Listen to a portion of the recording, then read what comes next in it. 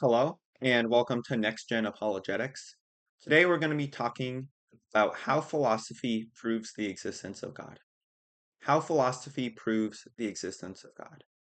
And this train of thought, this philosophical flow, I was first introduced to by R.C. Sproul in his book, Defending the Faith.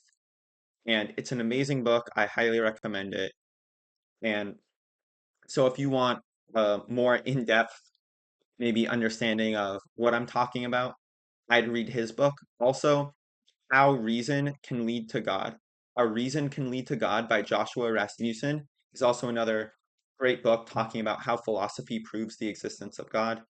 It's a little more philosophically complicated and crazy, but it's still a very good resource if you're someone who maybe wants something a little more advanced.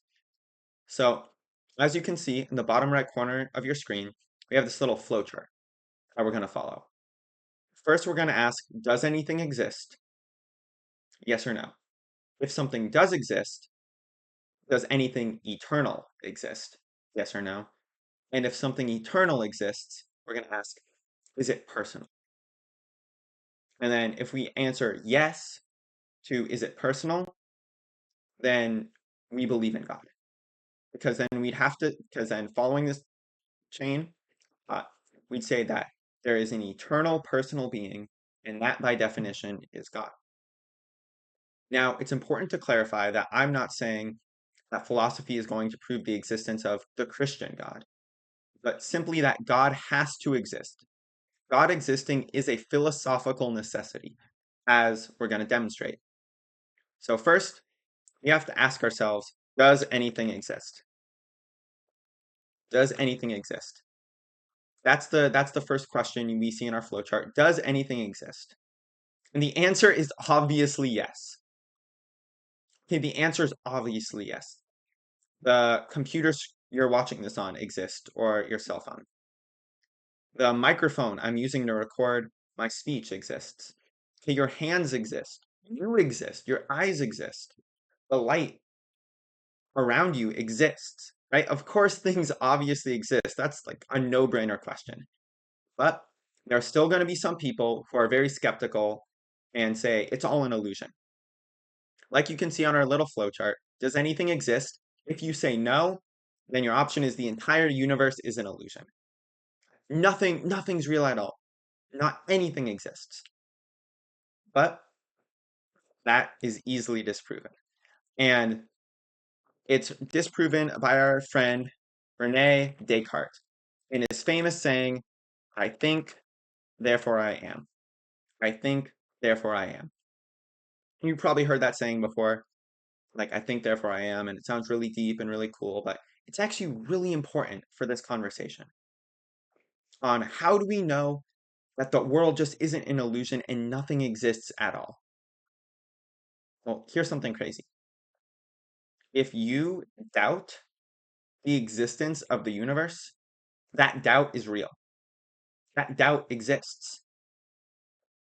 If you are skeptical and says nothing's real, this my hands aren't real, the table I'm sitting at isn't real, my family's not real, nothing's real, it's all an illusion, and you're doubting that, well, that doubt's real. Skepticism's real. And even if you're like, it's all an illusion, well, guess what? There still is an illusion. You can't suggest that nothing exists without a real suggestion existing. Right? Any way you spin it, you have to get to the point of, yes, something exists. Something exists. And that was Descartes' thing. Because Descartes saying, I don't know if I have a body, I don't know if the world around me, how I can't prove it. Even like obviously our senses are reliable. We're like, oh yeah, I can feel my hands, I can hear sound, I can see things, right? But Descartes like, what if it's all wrong? What if all my senses are wrong? What if I touch something and that thing's not there and I'm just getting tricked? How do I even know I'm real? And he says, well, asking, am I real? Is a thought. And minds have thoughts. So I at least know that I'm a mind because I'm having this thought, this doubtful thought. So that's how he gets to I think, therefore I am. And the fact that I'm having a doubt means that I exist. And so we can use that line of reasoning. That's the idea that, like, if you're skeptical about the existence of everything, your skepticism exists. If you doubt everything, your doubt exists. If you're questioning everything, question exists. And we know that something exists for real. Like, there are things in existence. That's simply true. So now we have to get to our next question, right? Oh, sorry about that.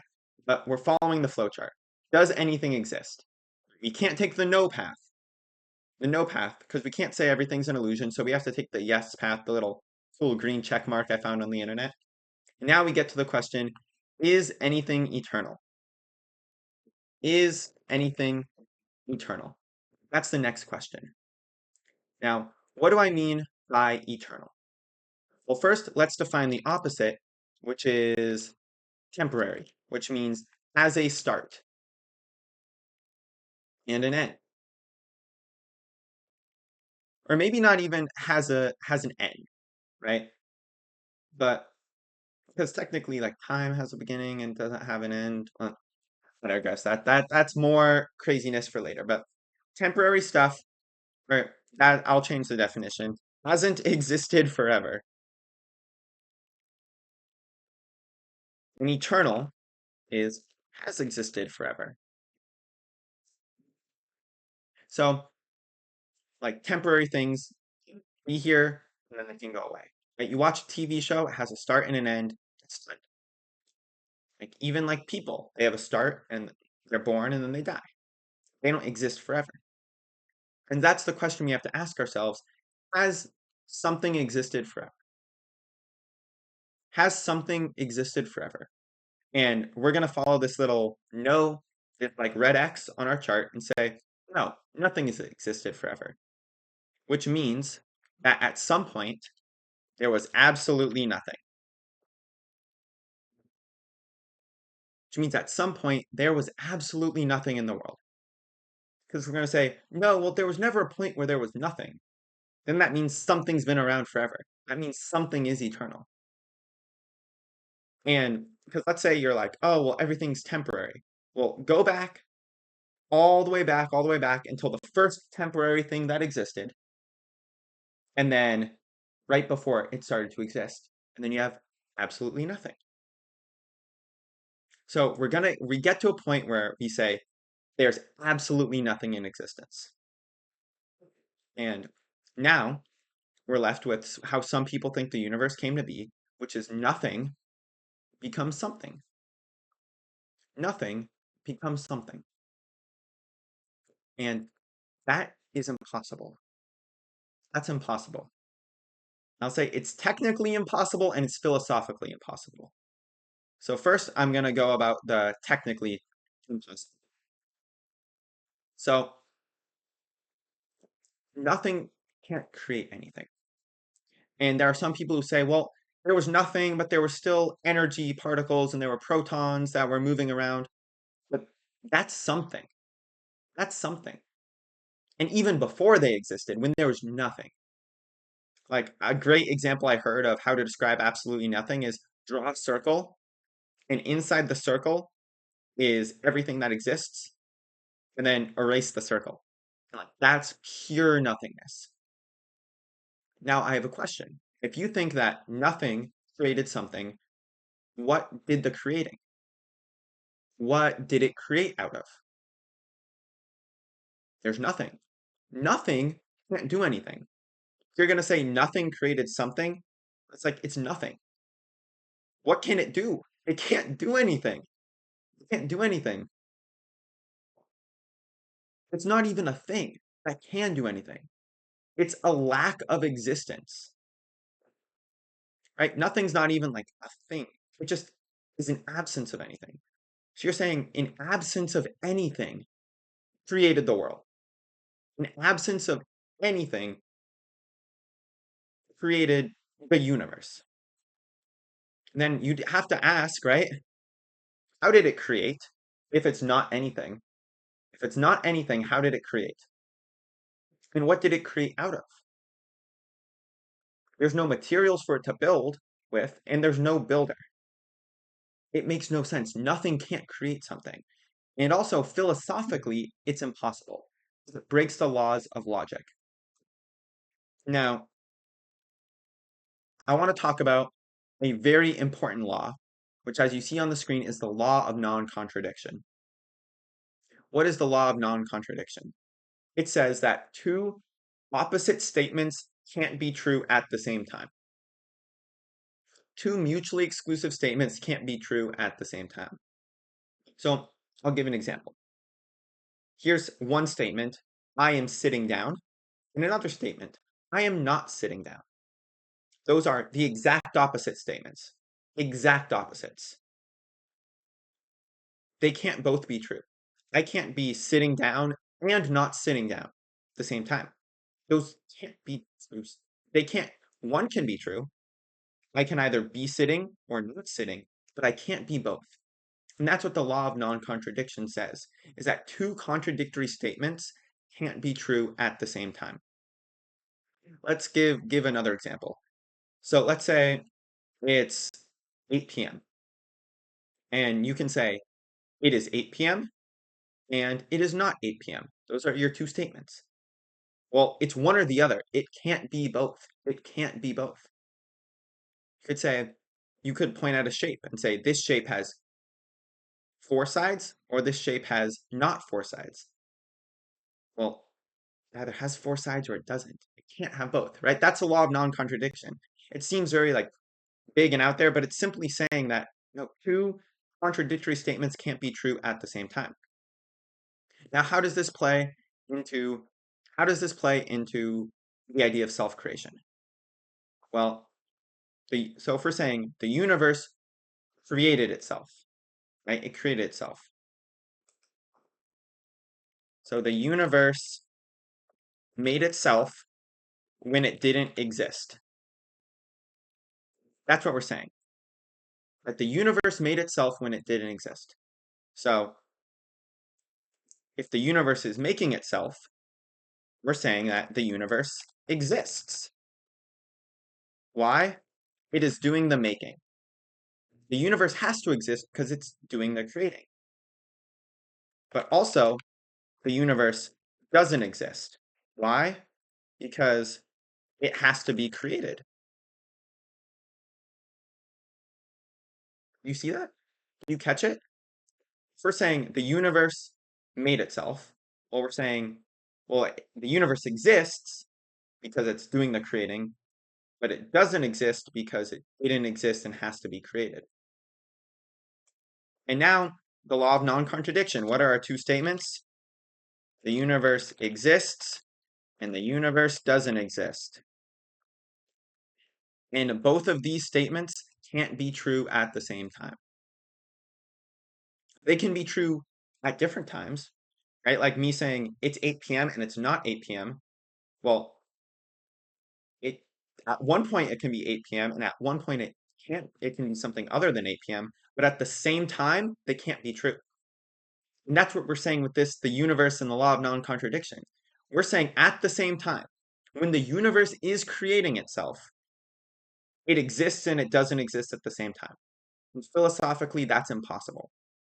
The rules of logic says that cannot happen. The rules of logic says that that cannot happen. So now we're moving along on our flowchart. So we said, does anything exist? Well, something has to exist because even doubting the existence of the world, doubt exists. So now we moved on to, is anything eternal? And we said, well, if there's nothing eternal, then we're going to be stuck with nothing creating something, and that simply doesn't work. So something has to be eternal. Something has to be eternal.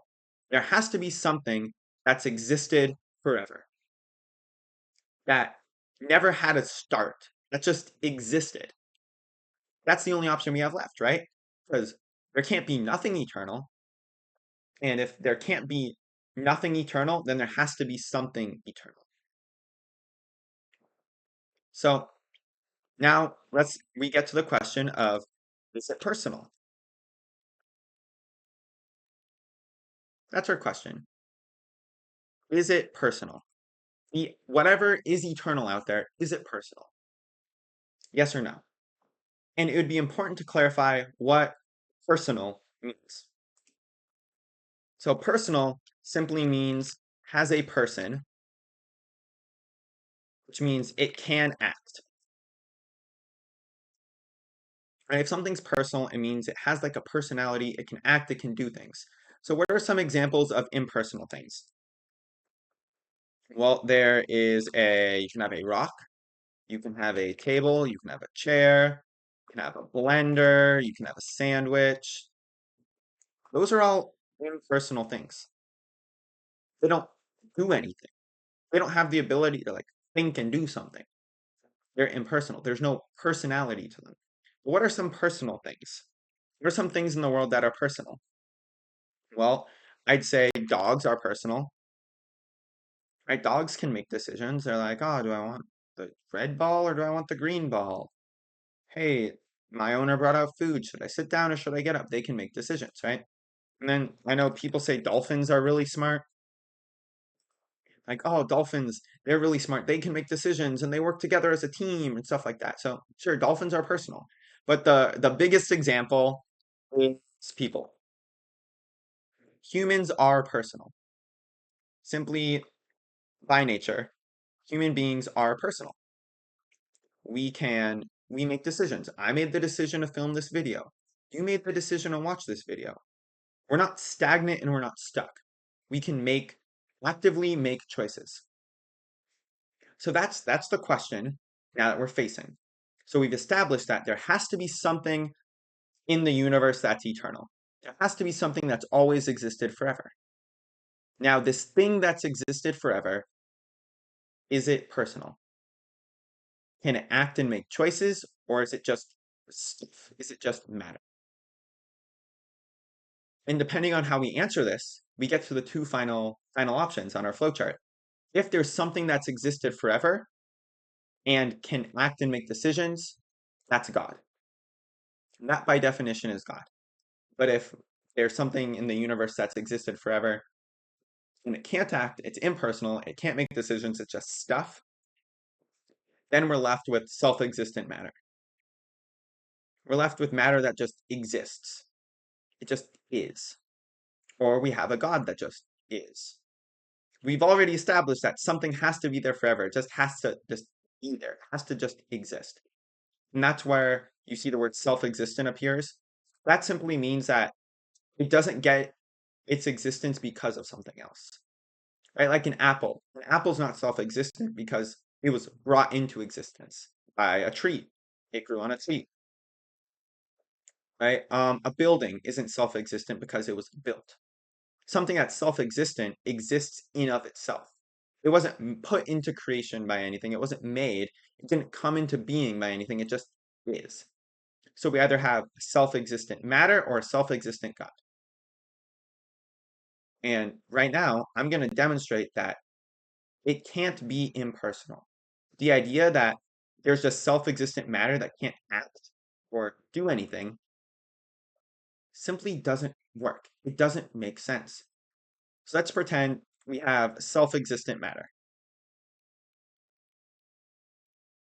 Just all the stuff in the universe was just there. It was just there. And now, one law that really is important here is the law of inertia. The law of inertia. And if you watched Bill Nye the Science Guy growing up, you probably remember ringing in your head, inertia is a property of matter. Inertia is a property of matter.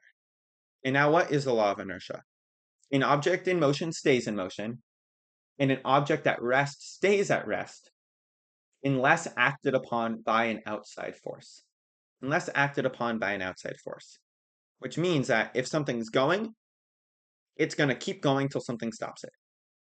And if something's stopped, it's just going to stay stopped until something moves it. And so we have to ask ourselves, the self-existent matter that's been around forever, how was it put into motion? How was it put into motion? Because obviously the universe is in motion, right? The planets are spinning, stars are spinning around the galaxies. There's crazy stats that like, oh, us on the surface of the Earth are moving tens of thousands or maybe like even like 100,000 miles per hour spinning around the surface of the earth. It's crazy, right? There's all this motion. And what put the universe into motion? Because if it existed forever, if it just existed forever, where did the motion come from? Because it can't act. It can't all the matter in the universe can't say, yeah, I'm just gonna go. I'm stopped and I'm just gonna go. We'd have to say there's motion in the world, but where did that come from? Where did that come from? Because even like the Big Bang, right? How do scientists say the Big Bang happened? Which is all the matter in the universe was condensed into a single point, condensed into like the tiniest, tiniest, tiniest point, and then it exploded, and it became the entire universe. So if we have all the matter in the universe, and it's just sitting there, what caused it to explode? What caused the Big Bang? What exploded the Big Bang? What triggered it? Because all the matter in the universe was sitting there. It was just sitting there. It was at rest. And now we're saying that something triggered it, and now it all exploded. That something that wasn't triggering it before, but then decided to, that sounds like a force making a decision, doesn't it? Does it not? That if all the matter in the universe is in a single point and it's sitting there, and some outside force, which wasn't doing something before, and was doing, then did something, set it off, that's a personal being. Are you following? Right? That's the only option. Because we're saying that no, the matter's been there forever, but it wasn't exploding forever.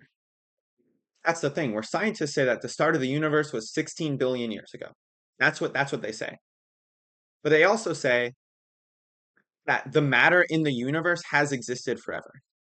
So the matter in the universe is existing forever, forever, forever, forever, forever, forever.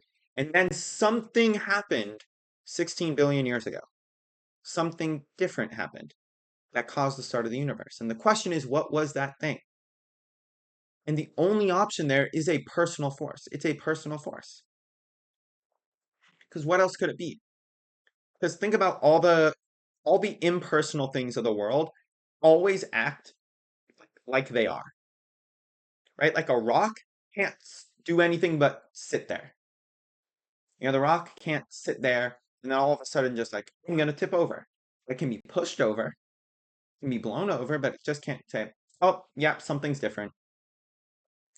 Or like a chair, right? If you leave your chair alone, it's just gonna keep doing what it's always doing. It's gonna keep doing what it's always doing. And so now we have the matter in the universe, which apparently, for since eternity past, which has always existed, just sitting there. And remember, it's always existed because that's the only option we have now. We've already concluded that something has to be eternal. So all the matter in the universe is just sitting there, and then something changes. Well, for that thing to change, that has to be a personal force, right? Law of inertia. Matter's just there, doing what it's always done, and then something sparks it. And it can't be itself. It can't be sparked by itself. Why? Because the law of inertia. It wasn't sparking itself before, right? It wasn't doing, like, it's one thing if it was like constantly sparking over and over and over and over and over. But no, it was not. It was just there. And then it was sparked. It was acted upon. And for something to be acted upon, I mean, that the only option's a personal force, right? Right? Who exploded the Big Bang? Who exploded the Big Bang? And right, and some people might say, well, maybe all the universe, all the matter was there, and then a particle came, and like it was all except one particle, and that one particle came flying and collided with it. And my question is, well, who pushed that particle? Then where did that motion come from? Where did that motion come from? Because the alternate like explanation is, so I mean, most scientists do say that all the matter in the universe, all of it was in one single point and then randomly it just sparked and exploded. Well, the other option that some people might say is, oh, it was all kind of like floating around and then it bumped into itself the right way and then that's the Big Bang. I don't know anyone who posits that, but there probably is someone out there, some scientists who are like, well, that's how it happened. My question is, who put that into motion? Who put that into motion? Are we going to say that it's eternally been put into motion? Because for something to be put into motion, has to be force has to be applied to it. And where did that force come from? And it's really cool. It's this one idea called Aristotle's unmoved mover. And I know we're getting very, very long on this point. But this is just to address the one person who might be like, well, I disagree that all the matter was condensed in one single spot and then just exploded because because they realize that that doesn't work because of inertia. So they go, well, maybe it was always moving to begin with. But we'd have to ask where that motion came from. Where that motion came from. And Aristotle has this really cool thing, like philosophy thing called the unmoved mover. And what that is that saying there has to be, let's think about it. Something moves and hits something else, and then that thing moves, right? And all motion comes from some other motion.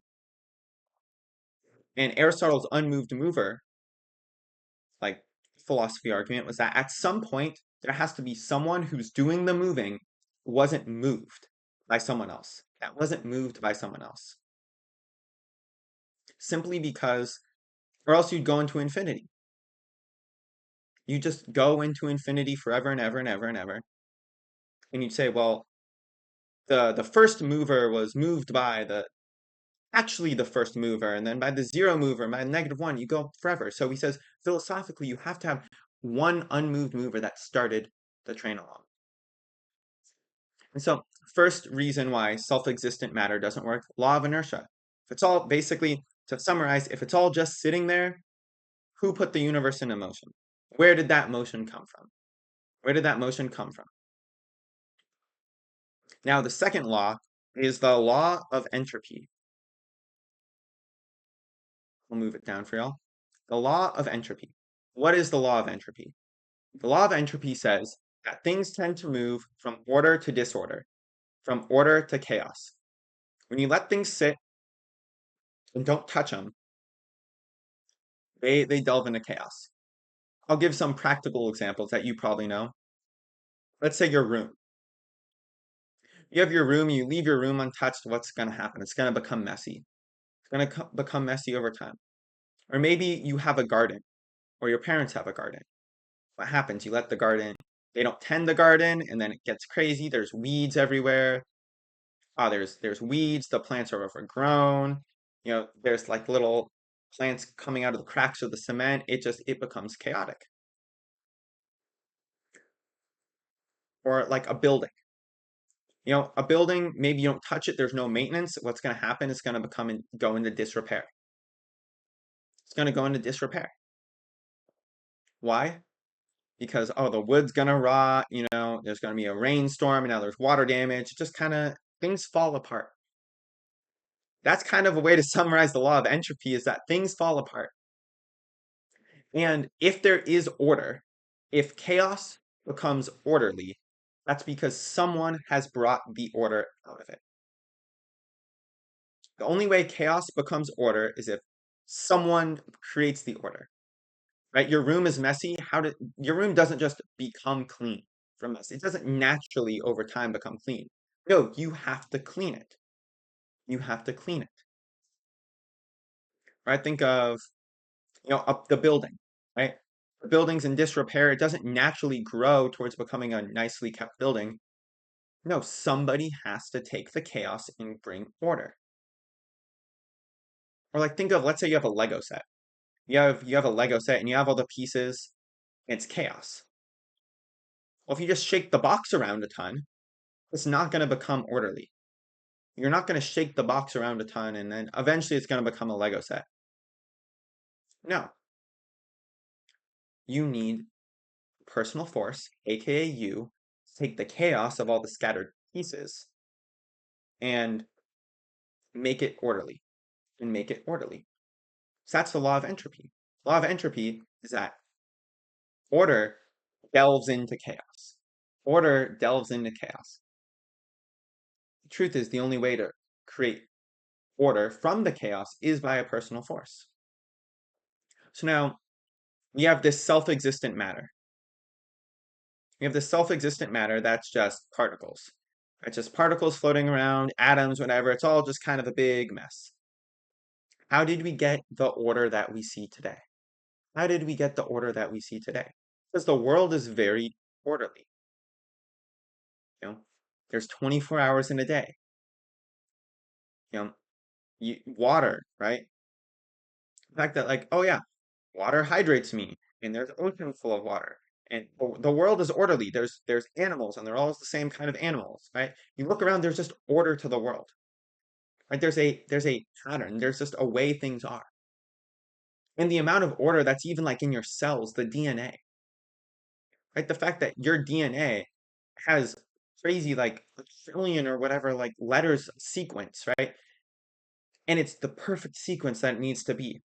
That your cells do the exact right thing that they need to be. Where when I say that the universe is ordered, what I'm saying is there's so many things that are exactly the way they need to be. Right? We look around and we don't just see like a bunch of messy particles or atoms everywhere. No, we see order. The fact that the atoms are ordered into a person, or that cells are ordered into a plant or like an animal, right? There's not chaos, it's order. The question is, where did that order come from? Because what we're saying is in this scenario, self-existent matter, we're saying there's no personal force, sorry. There's no personal force. There's no being that can go and take the chaos and create order out of it. So if there's that being doesn't exist, where did all the order in the world come from? And a lot of people say, oh, well, just give it enough time, right? Particles collide into each other and maybe we'll get lucky. Maybe we'll get lucky with enough time. The law of entropy says time only increases disorder. Time only increases disorder, it only increases chaos. So if we just are say give it more time, we should only expect more chaos. An example I heard that I really like is let's say you rip up a piece of paper into 100 pieces and you're like, I'm gonna drop it. I have all the pieces, I'm gonna mix them up, I'm gonna drop it, and it's gonna become a piece of paper. It's going to become orderly. I have all the pieces, it's chaos. I'm going to drop it, and when it lands, it's going to be a piece of paper that's orderly. That wouldn't happen. It's not going to happen. No, it's going to be even more messed up. Pieces are going to be blown everywhere. It's wild. And that's what we're saying when we're saying, oh yeah, the universe just it went from it went from chaos to order. We're saying, oh yeah, we rip up a piece of paper and to like 1,000 pieces and we just drop it from the sky and oh, it's going to land perfectly how it needs to be.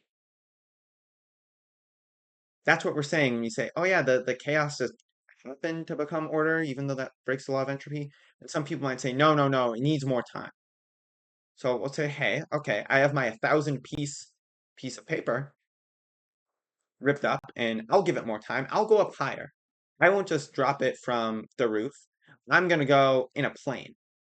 I'm gonna go in a plane, and I'm gonna go skydiving. I'm gonna jump out the plane, and I'm gonna drop the paper. And I'm gonna give those pieces enough time to get into the order they need to be. And you go, no, that's crazy. You'd go, no, actually, the more time the pieces have, the worse it's gonna get. So at least if I drop it from a one-story building, yeah, they might be like scattered, but like maybe in a vicinity. But if I drop it from a plane, those pieces are going everywhere. And that's the same thing with entropy, right?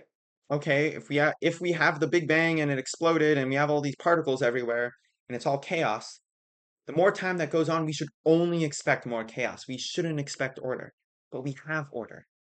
The question is, where did that come from? Where did that order come from? Because the only way to turn Chaos into order is with a personal force, with a force acting upon it. And so those are the two reasons why I'd say the self-existent matter idea doesn't work. Because one, the law of inertia, if all the matter in the universe was just sitting there, what set the universe into motion? What sparked the Big Bang? Object at rest stays at rest. All the matter in the universe is at rest till acted upon by an outside force. Who acted upon it? That's a personal force right there. And then the law of entropy, right? Because if there's no personal force to bring order, to create order, and it's just the chaotic elements should only bring more chaos. They should only bring more chaos. And if the universe is just a mess of self-existent matter, that just existed forever and it's kind of chaotic. Where does the order come from? Unless a personal force brings it about. So now we say, yeah, you know what? There has to be a personal force. There has to be a personal force because of the law of inertia and the law of entropy. The law of inertia and the law of entropy says there has to be a personal force. So let's go through our checklist. Does anything exist? Well, we obviously know that something exists, because even doubting it means the doubt exists. So yes, there are things in existence. Now we're moving along to the next question. Is anything eternal? Is there anything that has existed forever? If we say no, then we get to self-creation. Self-creation doesn't work because nothing can't create something, and it just breaks the law of non-contradiction because the universe would not exist and exist at the same time, which is logically impossible. So we say, okay, yes, there has to be something that's existed forever. There has to be something that's existed forever. Now we ask, is it personal? Is that eternal thing, can it act? Can it act? And let's say no. Say no. It's just mindless. Right? I guess that's another good way to explain personal is like mindless. Mindless matter that's existed forever. Mindless matter that's existed forever. So then we'd have to say, well, law of inertia, it's at rest. So let's put it into motion. Who put it into motion? Who put it into motion? The matter in the universe is sitting there. You said, bam, universe. The only way is possible with an outside person, with an outside force, right? With an outside force. And an outside force, right? If it's a personal force, then it can be applied and unapplied. But if it's an impersonal force, it's always there. It's like gravity, right? Gravity is an impersonal force. It's always there. It's always there. It's always there. But a personal force can go on and off. Like you push something, right? You push something that's a personal force because you are choosing to apply the force. Gravity, there's no gravity that's choosing to be applied. It's just there. And so what we're saying is all the matter was there, and then there was no force being applied, and then there was a force, which implies a change. A change implies something personal. So law of inertia shows there has to be a personal force. And then the law of entropy, right? The law of entropy, that chaos naturally does not turn to order. Order naturally turns to chaos. So now we have to ask ourselves, law of entropy, the universe is all these scattered chaotic particles, and we'd only expect more and more chaos. We should only expect more and more chaos. And if we started with only chaos, and there's no personal being to bring order out of it, then where did we get this order from? Where did we get this highly ordered universe? Friends, we have a highly ordered universe. We do. And so where did all this order come from? If there's chaos, and the only thing we should expect is more and more chaos because of the law of entropy. So the fact that there's order implies that there is a personal being, that there's a personal being. So now what are we left with? We're saying that there is a personal being who has existed forever. Friends, that by definition is God.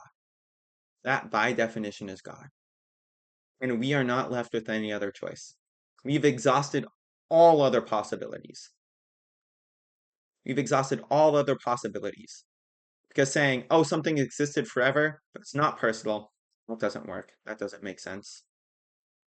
For saying, oh, well, maybe nothing's existed forever. Cross that one off. And does anything exist? Yes, yeah, something has to exist. We've said, yes, something exists. Something's existed forever, and that forever thing is personal, and that's God. So, friends, I hope that helped. I know it was very complicated and very long-winded, and sounds very deep and philosophical. I tried to break it down as easy as possible for y'all, but I mean, that's what we're left with. That's what we're left with. Is that the only option is God. The only option is that there was a personal being that's existed forever. There has to be. That's the only option. So friends, I hope that helped. I hope that helped show that God has to exist. And I know there's probably going to be some person out there who really wants to like nitpick and create some like, oh, but what if there's this like, and they're going to throw some random scenario, some crazy scenario that's probably already been addressed in this video, but maybe not in the way they phrased it. But friends, God must exist. Like this flowchart, write it down if you need to. Write it down, think about it. It's like read R.C. Sproul's book, read Josh Rasmussen's book. Those will be great resources. Because this is a great apologetic tool. Because you're showing using logic, the only possibility is that God exists. And yes, you can't use this flowchart to prove the Christian God exists, but you show that there has to be an eternal being who's always existed and is personal. And that's God. Thank you. See you next time.